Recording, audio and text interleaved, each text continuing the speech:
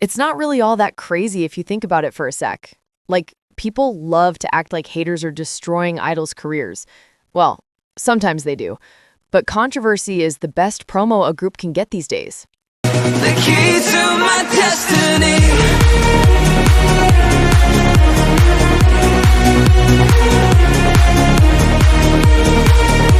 But I still hold the key to my destiny. Let's all give a standing ovation to K-pop 2025. Yay! This year has been great, hasn't it? Idols have become more self-aware and educated. K-pop stans aren't toxic at all. Blackpink's concert is just awesome, definitely up to par. And we finally got rid of TikTok. Oh wait, I did it again. Yeah, this year is pure shit.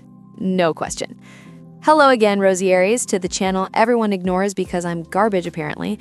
Let's just get into it. Number 1. Western media doesn't hate K-pop. They're bored of how predictable it's become. Look, I know I'm going to sound like a hypocrite for saying this, but it's not always about racism when K-pop doesn't get the attention people think it deserves. Sometimes it's just straight-up fatigue. Every group is dropping the same glassy, high-energy comeback that feels like a Pepsi commercial with a random high note thrown in for drama. Like, we get it, you can all sing and hit a pose. But where's the chaos? Where's the mess that makes people feel something? Western critics aren't ignoring K-pop because they hate it. They're just bored of the factory shine. Everything looks perfect, but too perfect gets predictable real fast. Half these videos could swap songs and you wouldn't even notice. There's no grit, no weirdness, no risk. Western media eats up imperfection and personality, not choreography so tight it feels robotic. K-pop used to have flavor, now it's turning into one big commercial for aesthetic excellence. And when perfection becomes the standard, it stops feeling special.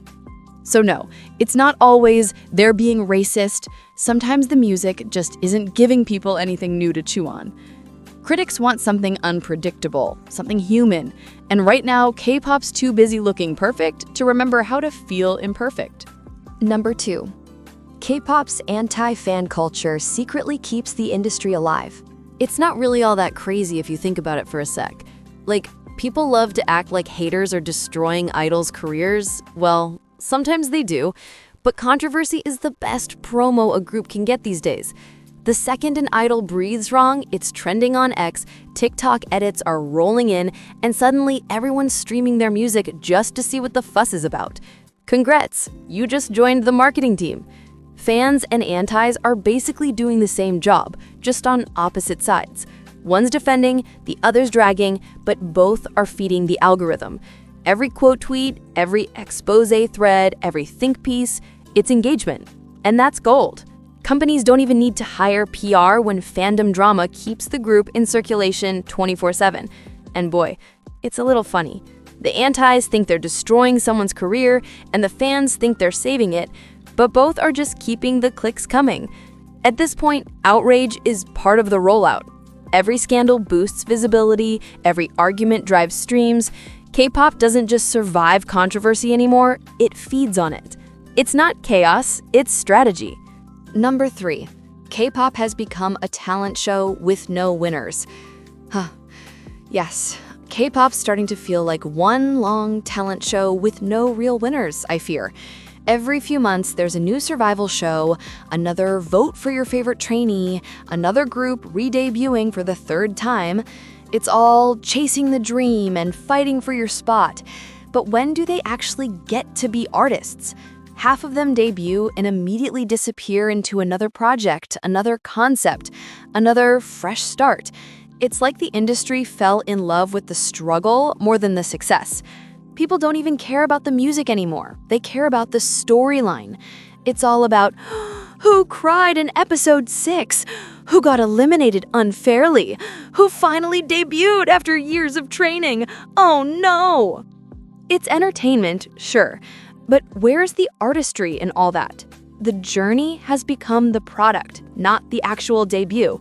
At this point, debuting isn't even the finish line. It's just the start of another round of survival. Everyone's constantly proving, performing, competing, but rarely creating. The industry sells the idea of a dream come true, but most idols never even get to reach that part. It's all pre-debut hype and no post-debut substance. K-pop turned the process into the main show, and the destination doesn't even matter anymore. Number 4. Blackpink giving low-energy performance shouldn't surprise anyone anymore. People always act surprised when the group lacks stage presence or charisma, but history keeps repeating itself. Jennie, in particular, only seems to perform when she feels like it or when the country's mood fits her vibe. It's not new. Someone commented on one of my posts that it's because they've never been truly challenged. And it's true. From the start, Blackpink was privileged. They didn't have to grind like other groups, put in extra work, or fight for recognition. They're brand ambassadors, collaborating with A-list celebrities, and still get praised even if the effort isn't there. They already have it all, so why even try, right? And the Blinks just eat it up, defending everything and throwing money at concerts, even when there's only one new song. Blackpink has always dumped a mountain of shit on their stands, and the stands just ran straight into it like it was a spa day, acting like bathing in it is the secret to catching a whiff of their so-called greatness. Logic and Blinks honestly do not mix, so don't act surprised when you see them unsynchronized or low energy on stage. This is who they are at this point. Jennie is usually the main culprit and the rest just follow. The hype and money will keep them floating, but their performances, that's never been the point. It's all branding over actual artistry. Number 5. I-dle apology is no better than YouTubers' apology. Like, I swear, all they need is a ukulele in the background and it'd be the same energy. Some of these apologies give me an actual headache. They're so stiff, so scripted, and somehow still manage to sound completely tone-deaf. You know the ones, polished while saying nothing at the same time, failing to address who they offended, or my favorite, oh no, I honestly didn't know it was offensive. What? And of course, it doesn't convince you for a second. I mean, obviously, because what on earth was that so-called apology? I can't help but say, yikes, when reading some of them. And don't get me wrong, I'm not saying idols can't recover from mistakes or that apologizing is useless. It's not about winning or losing. It's about authenticity. Fans, and literally everyone watching, can tell when someone actually means it versus when it's just a PR move. We're not dumb. We can feel when it's genuine, when there's real reflection behind it. Too often, I-dle apologies feel like they're written by a team of lawyers and PR people, not the person who actually did something wrong. And that's why they fail. If they want people to believe them, they need to drop the script, speak like a human, and show some accountability. Otherwise, it's just another moment that makes everyone groan. Number 6. K-pop idols and companies need to get it together or else the world is going through a crisis right now. Economies are shaky, people are stressed, and literally everyone's struggling. For years, we've put up with their nonsense. But this time, nah, it's a no from me. Fans are tired of seeing idols and companies act clueless when serious stuff is happening. Tone-deaf comments, ignorant posts, or just pretending to not notice. It's not cute, it's exhausting. We're not asking them to be full-on activists or to solve global problems. Just be educated, show some awareness, and don't be insensitive. That's literally all it takes. We're watching, and when you're rich and have millions in influence, pretending to be oblivious doesn't fly. You're not a kid anymore, Priscilla. You've got a platform. Use it responsibly. No way, bruh. It's getting ridiculous. People want to stand their music, not their ignorance. If idols keep brushing off issues or making dumb mistakes while acting untouchable, fans are going to start checking out. Companies need to step up too, because managing talent isn't just about comebacks and merch. It's about knowing the world your artists live in. Wake up, please. Number 7, K-pop doesn't need another ick role, it needs a weirdo. Yeah, I said it, and I know it sounds wild, but hear me out. Right now, the industry is obsessed with perfection. Perfect visuals, perfect smiles, perfect stage presence. Everyone's polished, polite, and easy to like, and it's getting boring. Imagine the next big star not being picture perfect. She's messy, a little loud, maybe even annoying sometimes. She says whatever she thinks, doesn't always follow the rules, and somehow makes it work. Someone people love and love to hate. Someone who doesn't fit the mold but somehow commands attention because she's unpredictable and real. That's what would shake things up. And no, I don't mean an unapologetic moron who does stupid stuff just for the sake of it. Someone who is conscious and aware while her actions doesn't hurt others. K-pop thrives on charisma and personality, not just flawless visuals or synchronized choreography. Right now, everyone looks the same, acts the same, and it's all safe. But give me someone raw, unfiltered, chaotic even, and suddenly the whole industry feels alive again. It's about taking risks and breaking expectations, not adding another clone to the lineup. Someone messy could be exactly what K-pop needs to feel exciting again. Someone people can't ignore, even if they're screaming at their screens half the time. Number 8. K-pop doesn't do luxury anymore. It does Instagram luxury. Back in the day, the rich concept meant owning the stage, dripping in Versace, walking around like you actually earned that confidence. It was over the top. It was dramatic. And yes, it was overplayed, but at least it felt real. You could feel the charisma. You could see someone commanding attention because the luxury wasn't just props, it was attitude. Now, it's just a bottle of water on a marble table, a wine glass someone clearly didn't touch, and a choreographed bad girl look while the beat hits. It's all staged for the gram, not for impact. There's no personality behind it, no stage presence, just aesthetics. Fans go crazy for it, of course, but the energy isn't there. It's not luxury, it's a photo shoot masquerading as luxury. The old rich concept made you feel like you were watching someone untouchable, larger than life. Now it's more like, look at this influencer pretending to be edgy while sitting next to an empty glass. K-pop's lost that raw, chaotic, over-the-top confidence, and in its place is filtered, polished, Instagram-ready fantasy. It looks rich, sure, but it doesn't feel rich, and that's the difference. Number 9. K-pop stans don't want representation, they want projection. What they really want is someone who mirrors their own fantasy version of confidence, beauty, or trauma. They don't want idols who are real, they want idols who reflect what they wish they were. You see it all the time. They'll say they want idols with different body types or authentic personalities, but the second someone doesn't fit the aesthetic they had in mind, they turn on them. It's not about representation, it's about control. Fans want to project their own insecurities, dreams, and narratives onto these people and pretend it's empowerment. And when an idol actually is real, like genuinely awkward, outspoken, or imperfect, suddenly they're problematic or doing too much. The truth is, stans want their idols to be relatable, but only in ways that make them look good for supporting them. It's performative. It's selfish. K-pop stans love the idea of representation, but not the reality of it, because reality isn't always pretty, polished, or easy to stan. It's messy, and messy doesn't trend as well as fantasy does. Number 10. K-pop stans can be just as bad as idols. For real, sometimes their takes are so tone-deaf, it hurts, and yet they act like they're the most educated people on the planet. It's wild. When serious issues come up, that's when you really see how little thought went into half these arguments. People try to hold idols accountable or spread awareness, and stans pop up with the dumbest defenses you've ever seen.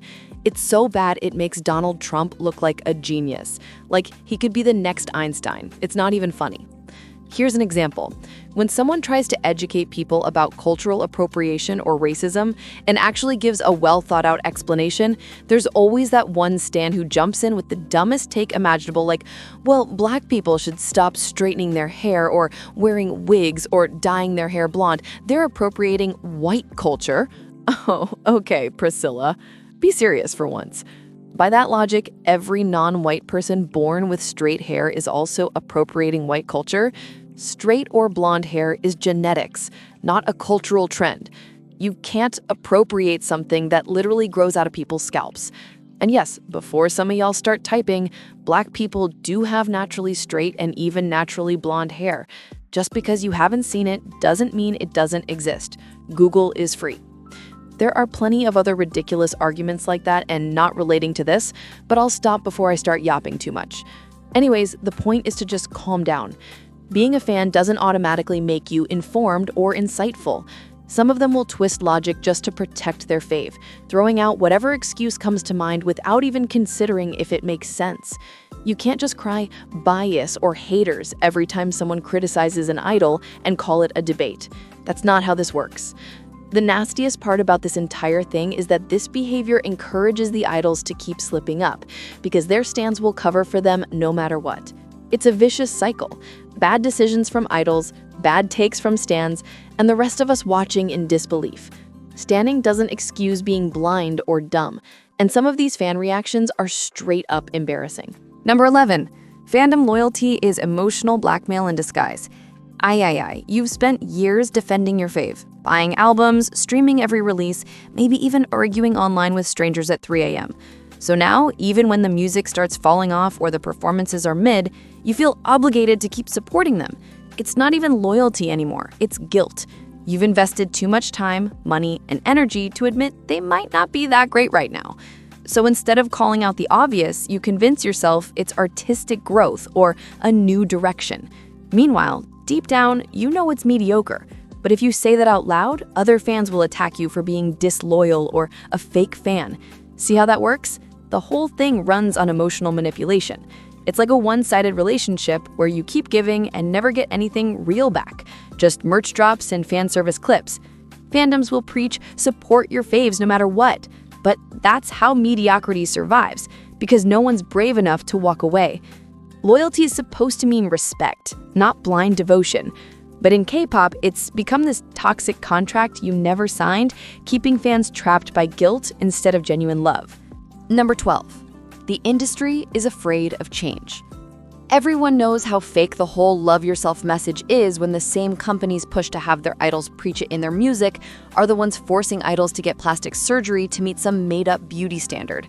It's hypocritical. You can't tell fans to embrace self-love while you're editing your idols into carbon copies of the same face.